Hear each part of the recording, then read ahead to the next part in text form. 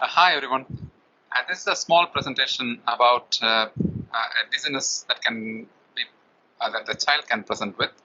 So I thought I will just run through few tips when you are faced with this scenario, if at all, if this is asked in the clinical exam. So if you see a child with complaining with dizziness or vertigo, it's a bit unusual for them to actually explain to you their symptoms as a proper room spinning sensation. And normally you get this kind of history from a child who is slightly older, say from 8 years onwards. But when they are under this age, it's quite difficult to obtain this history.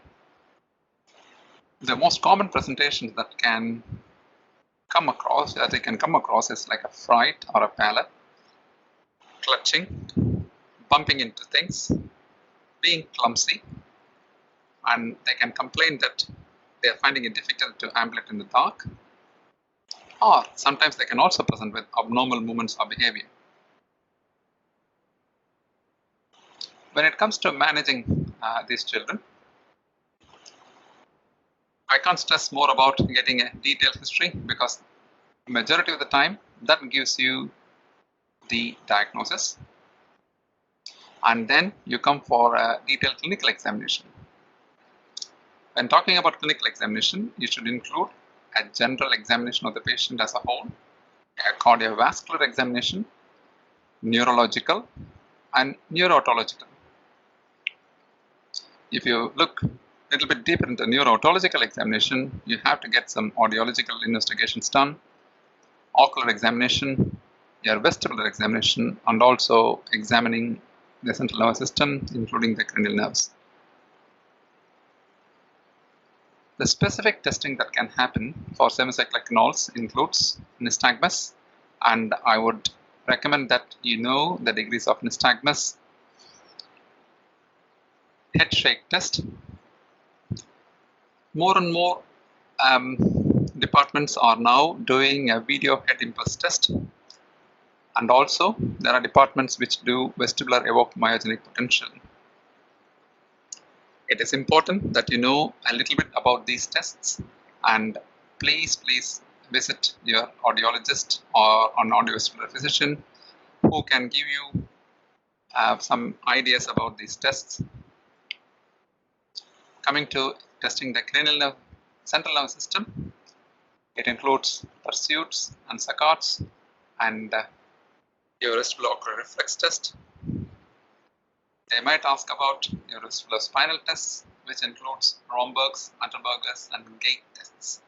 It is important that you can speak about these tests in a line or two and explain the tests in detail. So this is the entire test battery if the examiner asks you. And I talked to you about the VHIT test and also the VEMP as before. But you can also do the caloric testing, rotating chair test, and video nystagmus.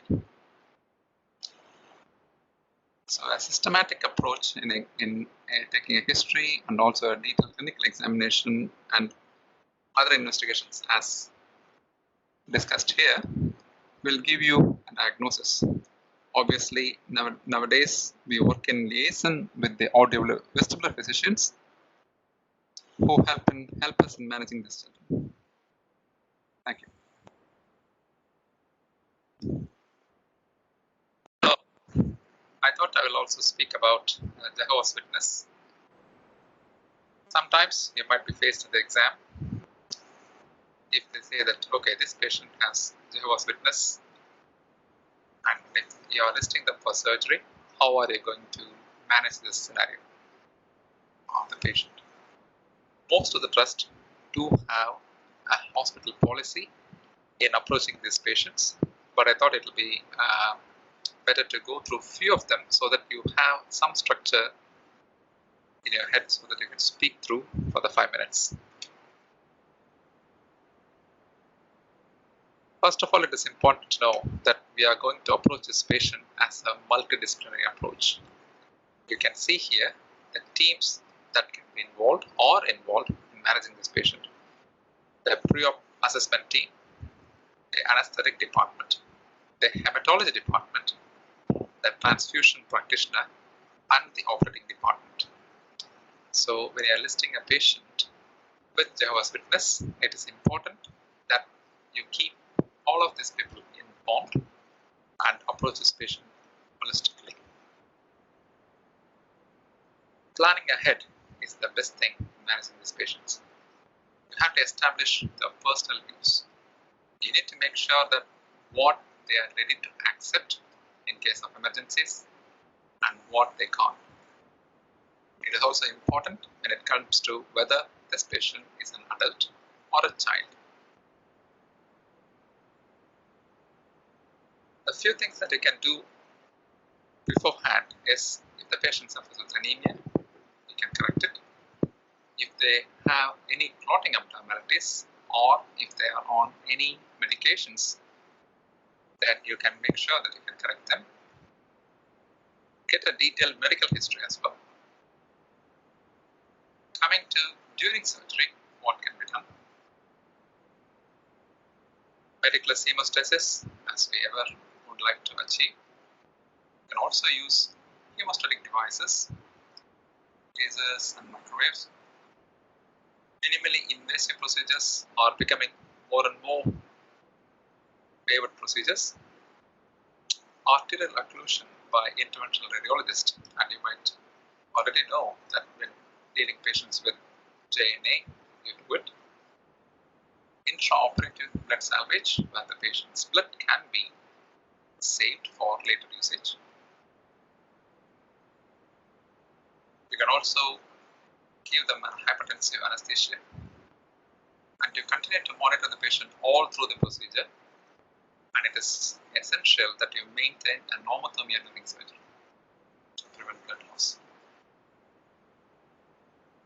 Topical hemostatic agents, tissue sealants, and surgical adhesives.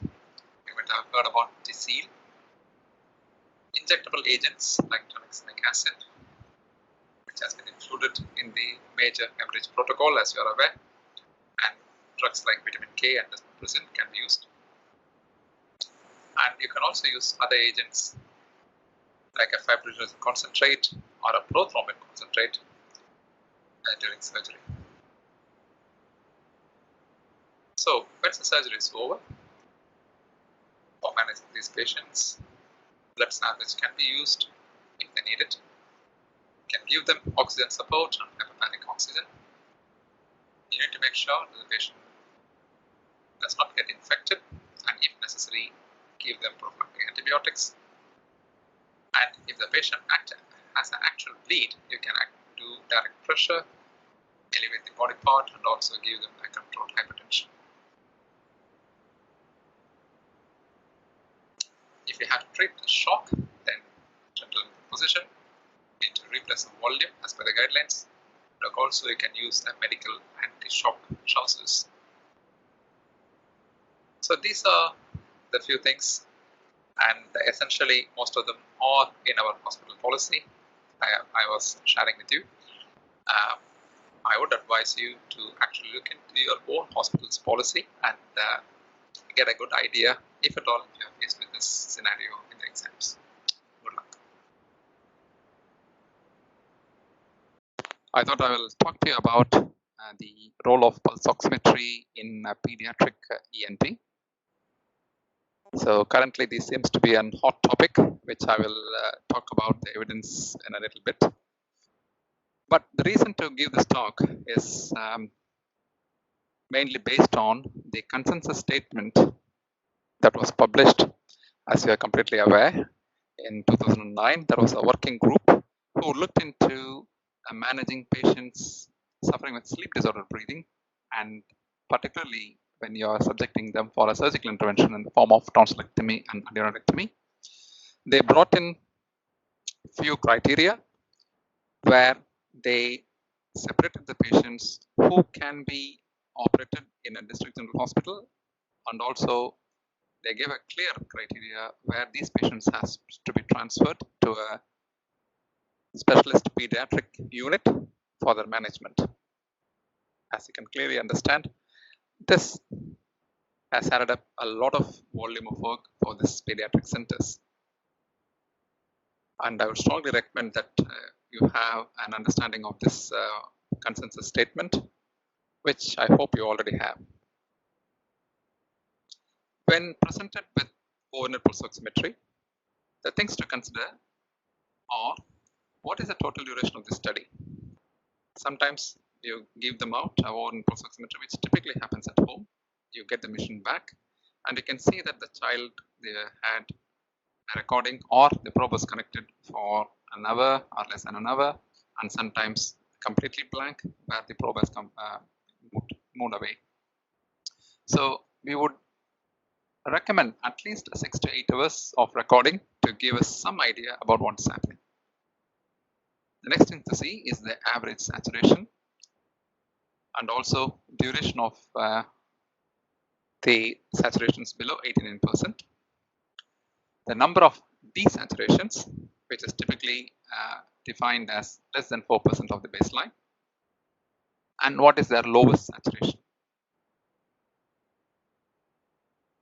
In an adult sector, the overnight pulse oximetry, they have clear guidelines about which is to be branded as mild, moderate, or severe, but there are no criteria or guidelines that exist to categorize the pulse oximetry in children.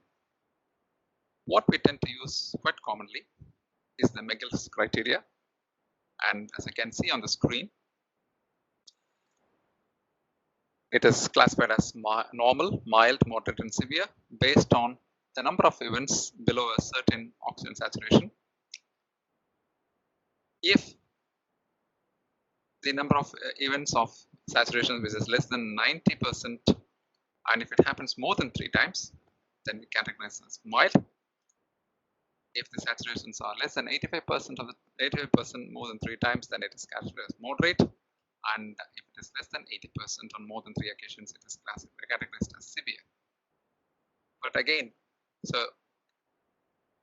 the events or the episodes less than a particular saturation level, it can't be a single blip going down because this could be an artifact. We normally look for a cluster of this desaturation, which I will show you in a minute. So looking at the first study, as I explained to you before, the things to look for, what is the total duration of the study? It is somewhere close to 8 hours, as you can see. It is a good tracing. The average saturation is somewhere around 97%. I can't see any desaturations happening.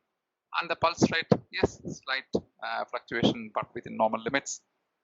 So this is a normal study.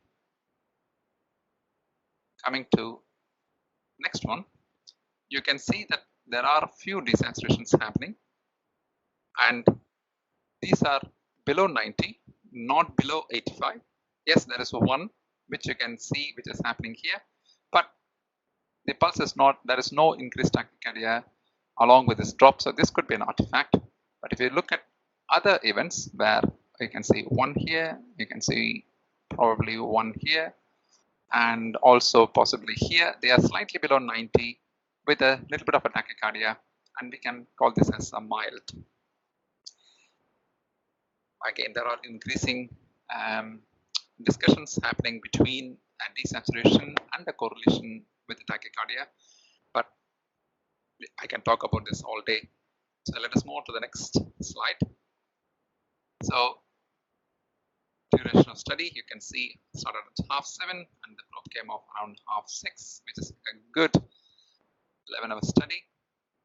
Clear desaturation happening in clusters, which is below 85, and this is more than 3 episodes. I can see one is just touching just below 80, but majority of this are below 85, so I would call this as moderate as per the Megill's criteria.